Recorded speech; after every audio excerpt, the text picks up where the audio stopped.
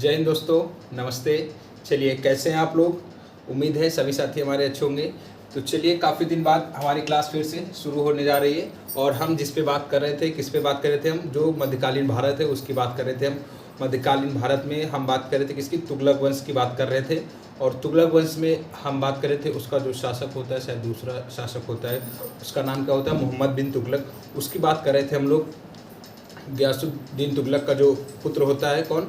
जोना खां, उसी का नाम है मोहम्मद बिन तुगलक, उसी की बात कर रहे हैं हम लोग। तो चलिए उस पर हम आगे बात करते हैं। उसके जो अभियान थे, शायद वहाँ तक हमने बात कर ली थी। अब उसके आगे की बात करनी है हमें। तो बीच में क्लासें हमारी शायद 1 या 2 महीने बंद रहती हैं, लेकिन कोई बात नहीं, फिर से पब्लिक के साथ क्लासें आगे बढ़ेंगी। तो क्या बोलती है पब्लिक, आगे बढ़ा जाए या यहीं पर रोक दिया जाए? लेकिन ऐसा रुकना नहीं है। आप लोग भी थोड़ा कमेंट वगैरह किया करिए और जो चीज़ों को थोड़ा आगे बढ़ाया करिए। अगर चीज़ें अच्छी लगी तो थम्स अप ज़रूर किया करिए। इससे थोड़ा क्या होता है, हमको भी पता चलता है कि हाँ, चीज़ें जो हम कर रहे हैं वो अच्छी हैं या नहीं अच्छी हैं, लोगों को समझ में आ रही है या नहीं है। उससे हमें भी थोड़ा बहुत मोटिवेशन या पता चले कि जिस रास्ते पे हम चल रहे हैं वो सही है या गलत है ना। तो चलिए फिर शुरुआत करते हैं। आज किसकी हम बात करते हैं? किसकी? तुगलक वंश की बात कर रहे थे हम। किसकी बात कर रहे थे हम? तुगलक वंश की बात कर रहे थे। और तुगलक वंश में हम बात कर रहे थे, इसका जो दूसरा शासक होता है, किसका? तुगलक वंश का जो दूसरा शासक होता है, मोहम्मद बिन तुगलक। मोहम्मद बिन तुगलक, इसकी बात करनी है हमें। इसी को बोला जाता है जोना खां, ठीक है। इसी को क्या बोलते हैं? जोना खां। याद करिएगा, जब इसने गयासुद्दीन तुगलक के जो सम्मान के लिए यह जब महल बनवाता है, तो उस महल में उसकी दबकर मृत्यु हो जाती है निज़ामुद्दीन औलिया के कहने पर। तो वो चीज़ें आपको याद आ जानी चाहिए जब हम इसका नाम लेते हैं। आपसे पूछा जाएगा कि किसने अपने पिता के मतलब स्वागत के लिए महल बनवाया, तो वह कौन था? मोहम्मद बिन तुगलक ही था, ठीक है। तुगलक वंश के हम लोग बात कर रहे थे। दिल्ली वंश का तीसरा राजवंश होता है। उसके अगर बात की जाए तो दिल्ली वंश का सबसे लंबा शासनकाल भी इसी वंश का होता है। किसका? तुगलक वंश का। 1320 से लेकर के 1414 ईस्वी तक इन सबका शासनकाल चलता है। और यह तुगलक वंश किस शासन, जैसे आपको लिए आ जाएगा कि एक क्रम से व्यवस्थित करिए शासनकाल को। तो सबसे पहले कौन सा शासनकाल होता है दिल्ली सल्तनत में? हमने आपको बताया था कौन सा? गुलाम वंश। गुलाम वंश के बाद आता है कौन सा? खिलजी वंश। सबसे छोटा शासनकाल होता है खिलजी वंश का, और सबसे धमाकेदार शासन भी इनका होता है। तो खिलजियों का ही वह शासनकाल होता है। उसके बाद हम बात कर रहे हैं किसके? तुगलक वंश की। यह दिल्ली सल्तनत का सबसे लंबा शासनकाल इन्हीं का है। 1320 से लेकर के कितना? 1320 से लेकर के 1414 ईस्वी तक शासनकाल आपसे बहुत ही रेयर कंडीशन में पूछा जाएगा। लेकिन आप ये ज़रूर याद रखिएगा ये सारी चीज़ें कि सबसे लंबा शासनकाल दिल्ली सल्तनत में अगर होता है तो वह किसका होता है? तुगलक वंश का ही होता है। उसके बाद हम बात कर रहे थे तुगलक वंश के बाद हम बात करेंगे सैयद वंश की, और सैयद वंश के बाद बात करेंगे हम लोधी वंश की, ठीक है। उसके बाद हमारा ये मध्यकालीन भारत है खत्म हो जाएगा। उसके बाद हम लोग आ जाएंगे मुगल काल में। फिर मुगल काल पूरा समाप्त करेंगे और इसी तरह पूरा हिस्ट्री एक बार समाप्त हो जाएगी। उसके बाद फिर हम प्राचीन भारत पढ़ेंगे, ठीक है। उतना अच्छी अभी उन चीज़ों में पकड़ नहीं है हमारी, इसलिए उन चीज़ों की शुरुआत बाद में करेंगे, ठीक है। बाकी ऐसी कोई इंपॉर्टेंट चीज़ें पढ़ते रहेंगे। जैसे हमारा एक टॉपिक सबसे पहले हमने शुरुआत की थी नदियों की, वो क्लासें आप देखिएगा। इसके बाद जब हम फिर से वही टॉपिक शुरू करेंगे तो उसमें आपको कई सारे चेंजेस देखने को मिलेंगे और अच्छी तरीके से और अच्छा प्रयास करेंगे हम उसमें बेहतर करने का, ठीक है। तो चलिए, मोहम्मद बिन तुगलक, जोना खां, सारी चीज़ें तो इसमें हमने बात कर ली थी। इसके जिन प्रभा सूरी, दो मुनि और राजेश्वर, दो मुनि इसके दरबार में रहते हैं, ठीक है। उन्हीं से प्रभावित होकर इसने प्रथम सुल्तान होता है जिसने सती प्रथा पर रोक लगाने का प्रयास किया। सबसे महत्वपूर्ण क्वेश्चन आपसे यही पूछा जाएगा कि दिल्ली सल्तनत या मध्यकालीन भारत का वह प्रथम सुल्तान जिसने सती प्रथा पर रोक लगाने का प्रयास किया, तो कौन है यह? मोहम्मद बिन तुगलक, अकबर का पूर्वगामी, इसी कारण इसे कहा गया है। उसके बाद आपसे पूछा जाएगा प्रथम ऐसा सुल्तान जिसने हिंदू त्योहारों में बढ़ चढ़कर हिस्सा लिया, जैसे दीपावली है, होली है, इन सबको यह धूमधाम से मनाता था, तो वह कौन सा शासक था? मोहम्मद बिन तुगलक ही था। उसके बाद पढ़ा लिखा दिल्ली सल्तनत का सबसे मूर्ख शासक कौन था? मोहम्मद बिन तुगलक ही था। तो ये सारी चीज़ों की बात हम पीछे की क्लासों में कर चुके हैं। जो नए साथी हमारे जुड़ेंगे वो आप पीछे की क्लासें देखेंगे, आपको चीज़ें समझ में आ जाएंगी। आज हम बात करेंगे इसके जो 5 अभियान थे, पीछे हम बात कर चुके हैं, लेकिन एक बार फिर से उन्हीं चीज़ों को थोड़ा सा हम पीछे ले करके फिर से आगे बढ़ेंगे। अगर डायरेक्ट यहीं पर उन चीज़ों को नहीं लिखेंगे तो फिर कई सारे लोगों को समझ में चीज़ें कम आएंगी। तो इसका जो पहला अभियान था कि पहला अभियान इसने क्या किया था, राजधानी स्थानांतरित करना।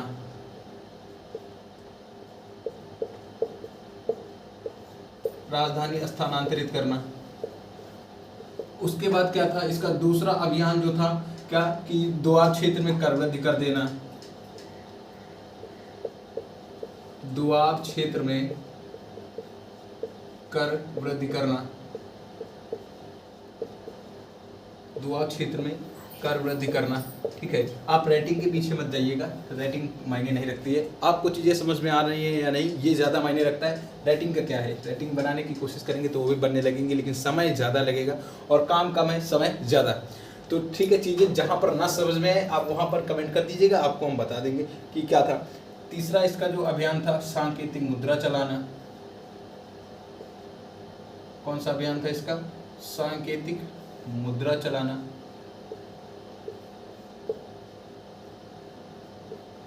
सांकेतिक मुद्रा चलाना। चौथा इसका अभियान क्या था, कुराचिल अभियान।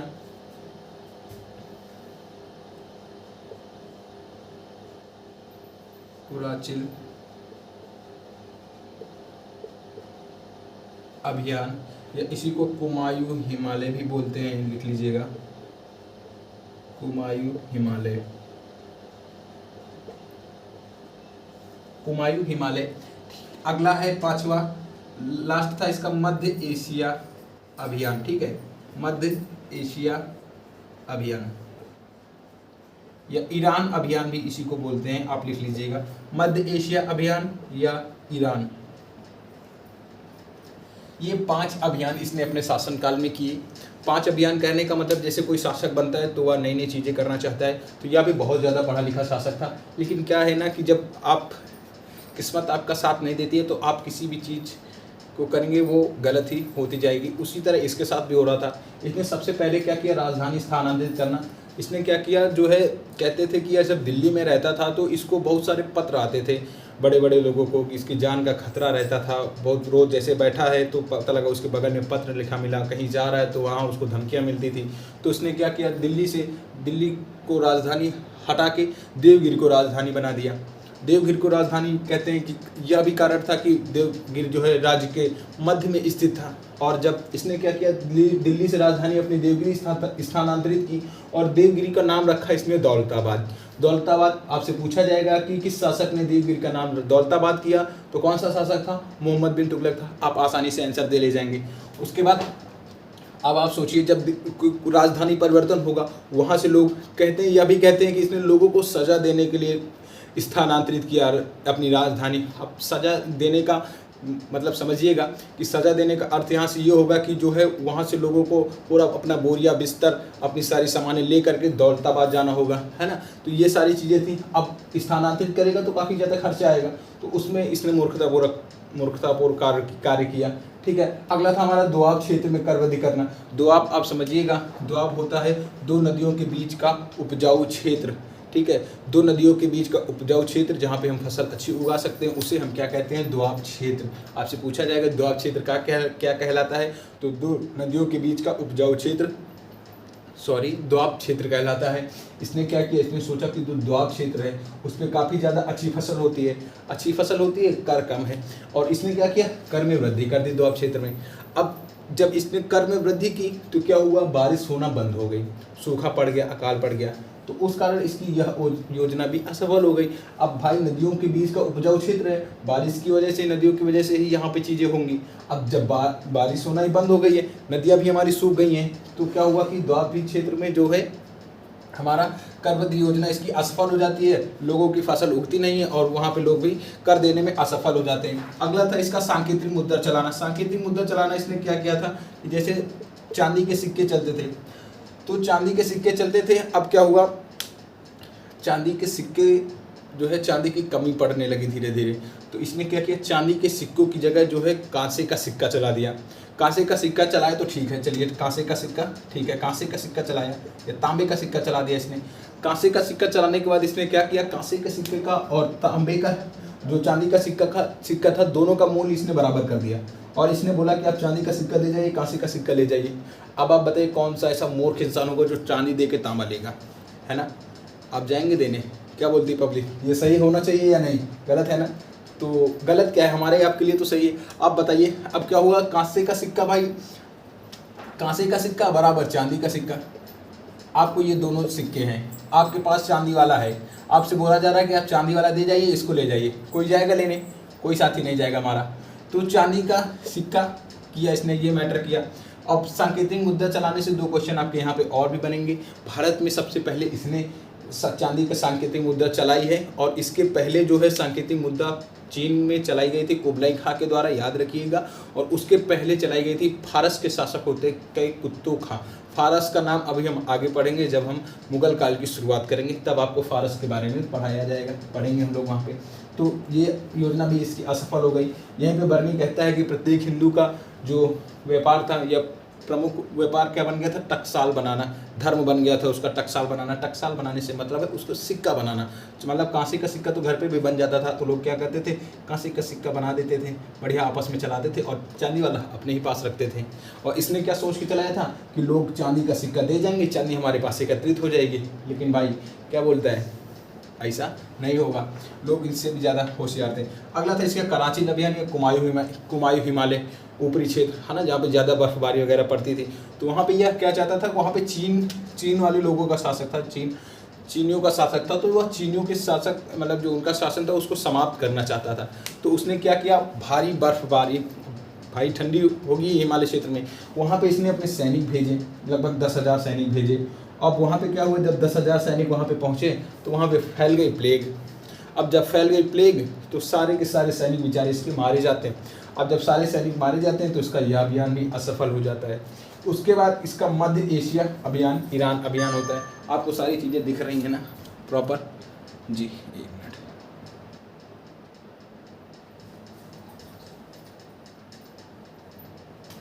ठीक है, अगला है इसका मध्य एशिया अभियान या ईरान अभियान। इस अभियान में इसकी मूर्खता क्या होती है कि इसने जो है जितने इसके लगभग इसके पास 3,70,000 सैनिक, 3,70,000 सैनिकों को यह इकट्ठा करता है।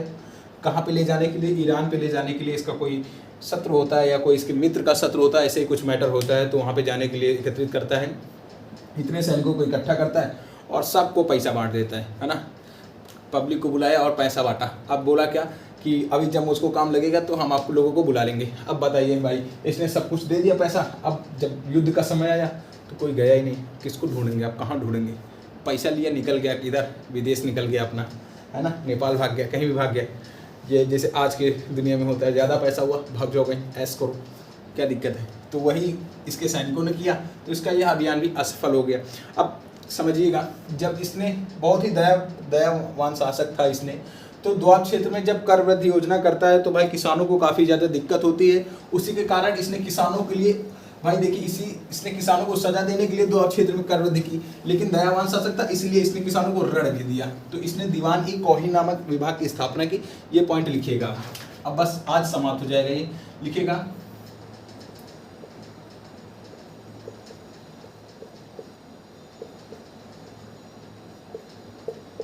मोहम्मद बिन तुगलक ने किसानों की सहायता हेतु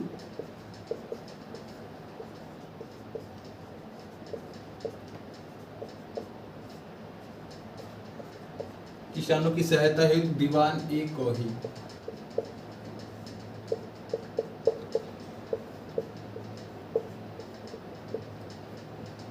दीवान-ए-कौही नामक विभाग की स्थापना की।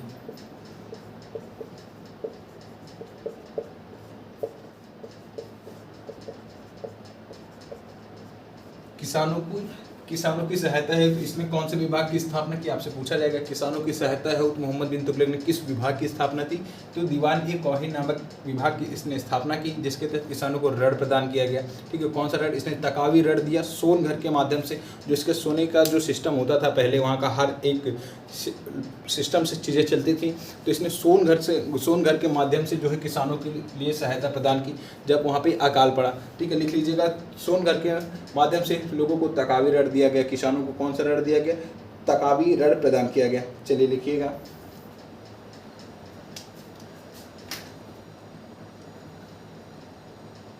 व तकावी ऋण। तकावी ऋण से मतलब है एक नाम है इसका, इसी को बोलते हैं कृषि ऋण। जैसे किसानों के लिए आजकल ऋण चलते हैं, आपको इतना % छूट मिल जाएगा, इतना % वो हो जाएगा, वही सारा सिस्टम था। तकावी ऋण प्रदान किया।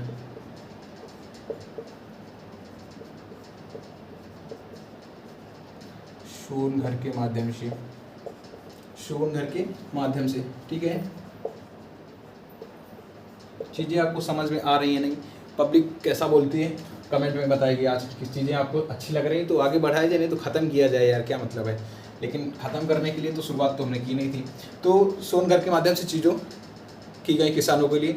अगला क्या था, जैसे इसने ये हो गया, अब इसका अंतिम अभियान पढ़ेंगे। अंतिम अभियान के बाद इसकी मृत्यु हो जाएगी वहीं पर अंतिम अभियान में ही, और यहीं से यह समाप्त हो जाएगा। उसके बाद हम बात करेंगे फिरोज शाह तुगलक, इसका चचेरे भाई की। तो ये चीज़ आप नोट कर लीजिएगा कि किसानों की सहायता है तो इसने दीवान ए कौही नामक विभाग की स्थापना की। उसके बाद तकावी ऋण, जिसे हम बोलते हैं कृषि ऋण, प्रदान किया सोन घर के माध्यम से। तो ये चीज़ आप 2 सेकेंड या 5 सेकेंड में नोट करिए, फिर आगे बढ़ते हैं। पब्लिक क्या बोलती है? कुछ नहीं बोलती है।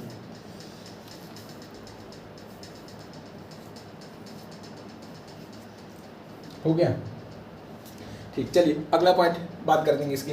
ये चीज़ें हो गई, हमने बताया किसानों का हितैषी था। उसके बाद इसने क्या किया, फसल चक्र से लोगों को खेती करवाना शुरू किया। जो भारतीय किसान थे, अभी क्या था कि फसल चक्र बहुत कम ही लोग अपनाते हैं। अब जैसे क्या हुआ, अधिकतर किसान क्या करते हैं, अभी क्या हुआ, अभी गेहूं का बारिश आ रही है, धान का सीज़न हो जाएगा, ठंडी वाले में गेहूं, बहुत सारे लोग तो यही करते हैं। लेकिन इसने क्या किया, फसल चक्र से खेती करवाना शुरू किया। तो लिखिएगा फसल चक्र अपनाने वाला प्रथम शासक।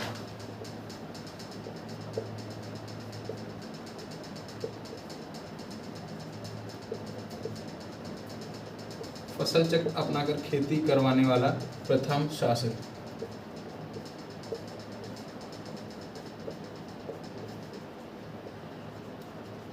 खेती करवाने वाला प्रथम सुल्तान कौन है? MBT। चलिए खत्म हुआ, ये चीज़ें समझ में आ गई ना। ये चीज़ें सारी तब करता है जब यह दोआब क्षेत्र में करवती करता है, और उसके बाद वहाँ पे मैटर हो जाता है। कौन सा मैटर हो जाता है? सूखा पड़ जाता है। तो चीज़ें समझ में आई, जितनी चीज़ें आपको बताई गई। अगला लिखिएगा, इसका जो अंतिम अभियान होता है, इसका अंतिम अभियान गुजरात के तगी के विरुद्ध होता है। तगी जो है गुजरात में विद्रोह कर देता है। फिर यह क्या करता है, तगी को दबाने हो तो उसका विद्रोह दबाने हो कहाँ जाता है, अभी मैप में इतना ज़्यादा समझ में आएगा नहीं, आपको मैप में समझाते हैं, लेकिन कोई बात नहीं, हम बोर्ड पे समझेंगे। तो यह जाता है कहाँ पर, गुजरात वाले क्षेत्र में जाता है। जब गुजरात पहुँचता है तो तगी को हरा देता है।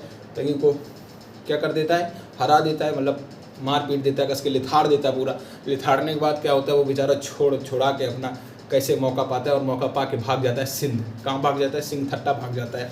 अब जब यह सिंध थट्टा भाग जाता है तो उसके बाद फिर क्या हुआ, इसने गुजरात पे, भाई अब ये जीत ही गया, वो भाग गया। गुजरात में इसने सारा शासन व्यवस्था अपना सही किया, जो भी चीज़ें ढंग से एकत्रित की, सही किया। अब उसके बाद क्या हुआ, एकत्रित करने के बाद अब तगी भाग गया वहाँ पे सिंध में। तो इसने क्या किया, उसका पीछा किया सिंध में। बोलता अब सिंध में आ रहे हैं तुमसे मिलने के लिए भैया, कॉल कर दिया, आ रहे हैं। अब कॉल कर दिया, जा रहे हैं। पता लगा क्या हुआ, जब तगी जा रहा था तो रास्ते में ये बीमार पड़ जाता है। गुजरात में ही जब निकलता है तो काफ़ी ज़्यादा गर्मी होती थी। अब राजा कहाँ AC में रहने वाला, धूप में चलेगा तो जाहिर सी बात है बीमार हो जाएगा। तो जब ये तगी सिंध जा रहा होता है तब इसकी मृत्यु हो जाती है वहीं पर जाते वक्त। और इसकी मृत्यु हो जाती है कब, मार्च में, 20 मार्च डेट मिलती है, 1351 ईस्वी में इसकी मृत्यु हो जाती है। उसके बाद जब इसकी मृत्यु हो जाती है तो बदायूनी एक नाम है, जो नाम सही से याद नहीं आ रहा। तो जो इतिहासकार होते हैं वो कहते हैं कि प्रजा को जो है राजा से फुर्सत मिली और राजा को प्रजा से फुर्सत मिली, क्योंकि काफ़ी ज़्यादा परेशान हो गए थे लोग इससे। तो उनका यह कथन आता है। और यह जो अब उसके मरने के बाद ये कथन आया है, आपसे कब पूछा जाएगा कि किसने कहा कि राजा को प्रजा से, मोहम्मद बिन तुगलक की मृत्यु के बाद कि राजा को प्रजा से फुर्सत मिली और प्रजा को राजा से फुर्सत मिली, राजा को प्रजा से फुर्सत मिली। अगला इसका कथन आता है कि यह जो है क्या, कौन, मोहम्मद बिन तुगलक वैद से कहता है, बरनी ऐसा कथन कहता है कि मेरे जो बीमारी है इसका कोई इलाज नहीं है, अगर हम इसकी बुखार का इलाज करते हैं या इसका ज्वर का इलाज करते हैं तो कमर दर्द बढ़ जाता है, अगर कमर दर्द का इलाज करते हैं तो ज्वर बढ़ जाता है, मतलब इसकी बीमारी का कोई इलाज नहीं है। उसके बाद सबसे इम्पॉर्टेंट चीज़ याद रखिएगा आप, इसके शासनकाल में 2 राज्यों का उदय होता है मध्यकालीन भारत में।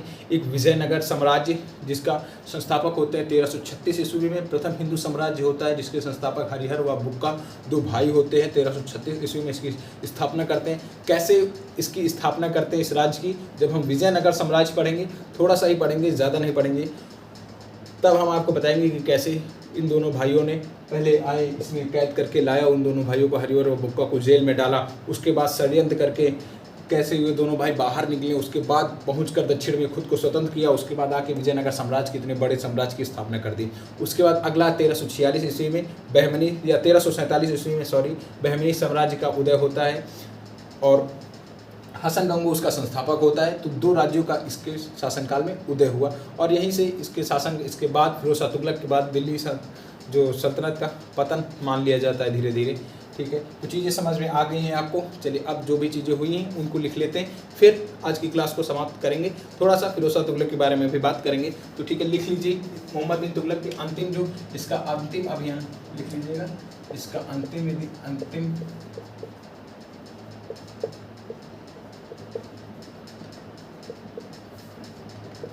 गुजरात के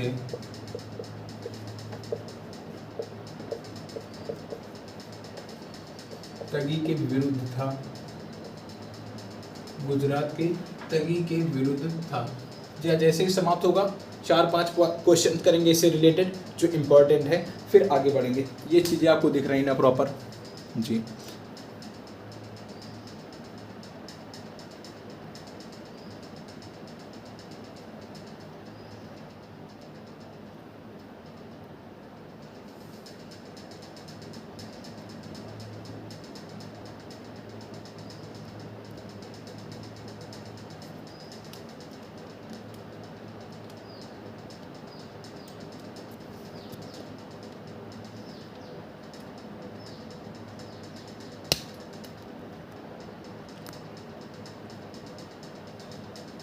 चलिए अब चीज़ें आपको दिख रही हैं, उम्मीद करते हैं थोड़ा बहुत मैनेज किया करिए क्योंकि अभी ज़्यादा चीज़ें ऐसी हैं नहीं और ट्राइपॉड भी उसी कंडीशन का है, तो चीज़ें इधर उधर हो जाते हैं, उतनी ज़्यादा सुविधाएं हैं नहीं, लेकिन धीरे धीरे आगे व्यवस्थित की जाएंगी चीज़ें।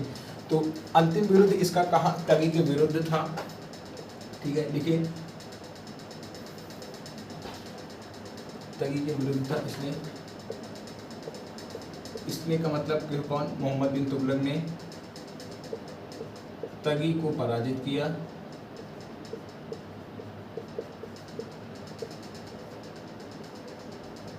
तगी को पराजित किया। तगी पराजित होकर कहाँ भाग जाता है, तगी पराजित होकर सिंध भाग जाता है। कहाँ पर भाग जाता है, सिंध भाग जाता है, सिंध भाग जाता है। अब हम यहाँ पर ये नहीं लिखेंगे कि गुजरात में शासन व्यवस्था सही करने के बाद या फिर तगी का पीछा करने हेतु सिंध जाता है, ऐसा नहीं, आप वो चीज़ समझ लीजिएगा। हम लिखेंगे यहाँ पर सीधा तगी सिंध भाग जाता है, तगी को पराजित करने के लिए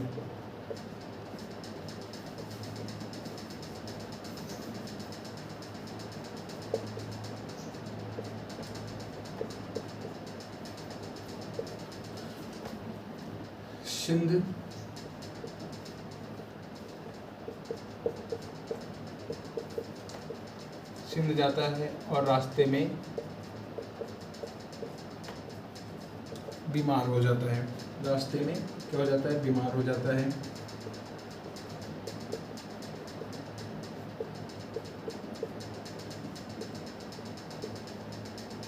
और कब इसकी मृत्यु कब होती है, तो 20 मार्च 1351 में इसकी मृत्यु हो जाती है। इसकी मृत्यु हो जाती है।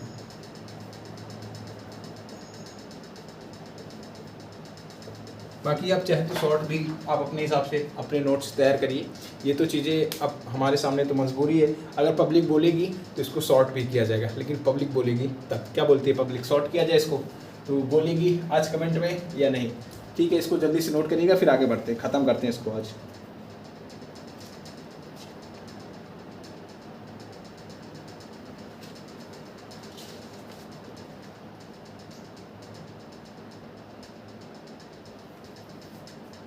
हो गई है मृत्यु इसकी भाई साहब, है ना।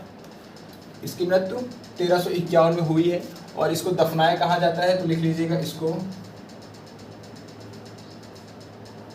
तुगलकाबाद में दफनाया गया। इसको तुगलकाबाद में दफनाया गया।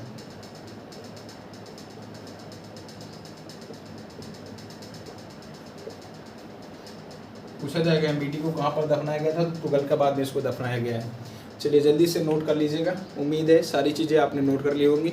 अब अंतिम चीज़ें बची हैं, बिल्कुल लास्ट अंतिम क्षण में इसके, उसके बाद यह ख़त्म होगा, फिर बात करेंगे फिरोज तुगलक की। और 1 ही 2 दिन में लंबी क्लास करके उसको भी समाप्त किया जाएगा। अभी क्या है यार, 1 GB डेटा है, ठीक है, उसमें खुद के लिए भी चीज़ें इधर उधर करनी पड़ती हैं। उसके बाद इसको एक क्लास अपलोड करने के लिए कम से कम आप सोच लीजिए 400 MB डाटा, तो नॉर्मल सी चीज़ है। अब इतना ज़्यादा व्यवस्था करना बहुत बड़ी बात हो जाती है अभी हमारे लिए, है ना, क्योंकि कमाई 1 रुपया नहीं है कहीं से भी, तो कितना हो जाएगा लिखिएगा। इसकी मृत्यु के बाद, इसकी मृत्यु के बाद, इसकी मृत्यु के बाद का मतलब आप समझे नहीं समझे भाई? अगर नहीं समझे तो आपका हो जाएगा, कर देंगे हम मर्डर अभी यहीं पे, लेकिन समझ जाइएगा। इसकी मतलब मोहम्मद बिन तुगलक की, क्योंकि बात हम कर रहे हैं मोहम्मद बिन तुगलक की। अगर आप ये नहीं समझ रहे हैं तो फिर गड़बड़ हो जाएगी यार, समझिए। इसकी मतलब मोहम्मद बिन तुगलक, इसकी मृत्यु के बाद किसका कथन आता है, बदायूनी का। इसकी मृत्यु के बाद इसका कथन आता है भैया, बदायूनी का। बदायूनी का कथन आता है, जल्दी जल्दी चीज़ें करते हैं ना। कथन आता है कि राजा को प्रजा से फुर्सत मिली, राजा को प्रजा से फुर्सत मिली। फुर्सत मिली वाला सिस्टम वही हो गया ना यार, छुट्टी मिली चलो गया। राजा भी बेचारा पहुँच कर ऊपर, अब ऐश की ज़िंदगी है, आराम मिली। राजा को प्रजा से फुर्सत मिली और प्रजा को राजा से, और प्रजा को राजा से फुर्सत मिली।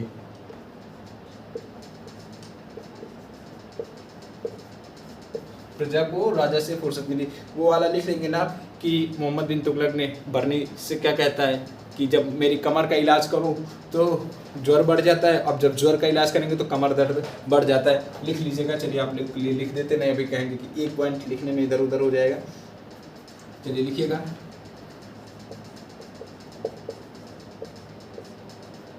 छोटा छोटा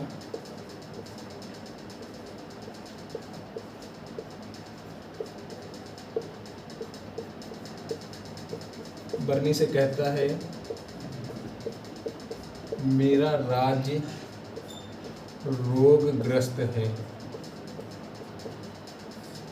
रोगग्रस्त है। क्या कहा इसने कि मेरा राज्य रोगग्रस्त है और इसका कोई भी इलाज नहीं है।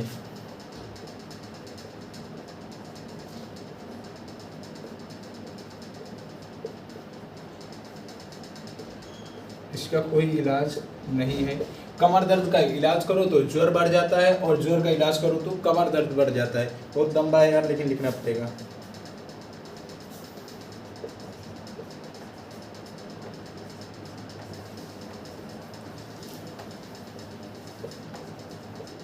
कमर दर्द का इलाज करता है तो ज्वर बढ़ जाता है। क्या कहता है, कमर दर्द का इलाज करता है तो ज्वर बढ़ जाता है, और ज्वर का इलाज करता है, और ज्वर का इलाज करता है तो कमर दर्द बढ़ जाता है। कमर दर्द बढ़ जाता है। चलिए समझ में आ गई ना सारी चीजें, खत्म। अब अंतिम 2 चीजें, इसके जो मध्यकालीन, इसके शासनकाल में जो 2 राज्यों का उदय हुआ है उनकी बात करेंगे। बात क्या करेंगे आपको बता देंगे, आपसे पूछा जाएगा। ये चीजें हो गई है ना सारी, ये लिख लीजिएगा आप अपने हिसाब से, बस समझ में आना चाहिए, बात खत्म। चलिए इसके लिख लीजिए, इसके शासनकाल में 2 राज्यों का उदय हुआ।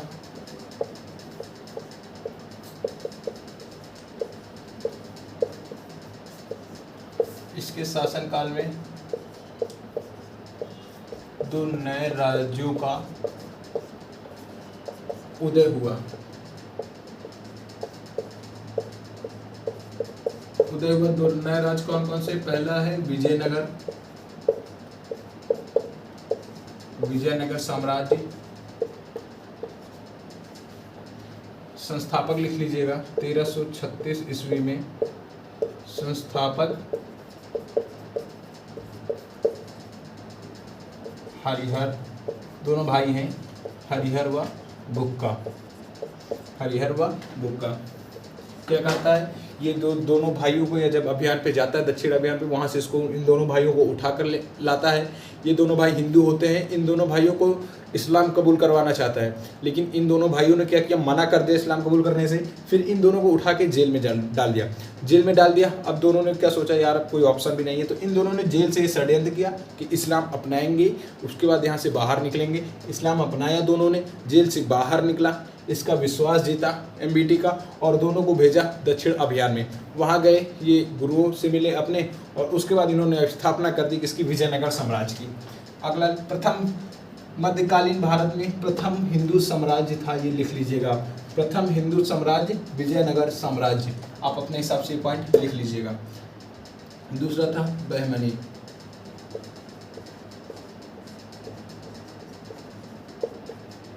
इसका संस्थापक हसन गंगू, 1347 में, 1347 में। ठीक है, एमईटी पूरा समाप्त हो गया है। अब अगर आपका कोई भी कंफ्यूजन है इससे रिलेटेड कि इसके शासनकाल में क्या हुआ जो हमने आपको नहीं बताया, आप कमेंट बॉक्स में कर दीजिएगा, जिससे चीज़ें जो हमें ना पता हो आप बता सकते हैं, क्योंकि कोई भी पूर्ण ज्ञान नहीं अर्जित कर सकता है कभी भी। चीज़ें ऐसी हैं ही, वो इधर उधर मिस होती ही रहेंगी।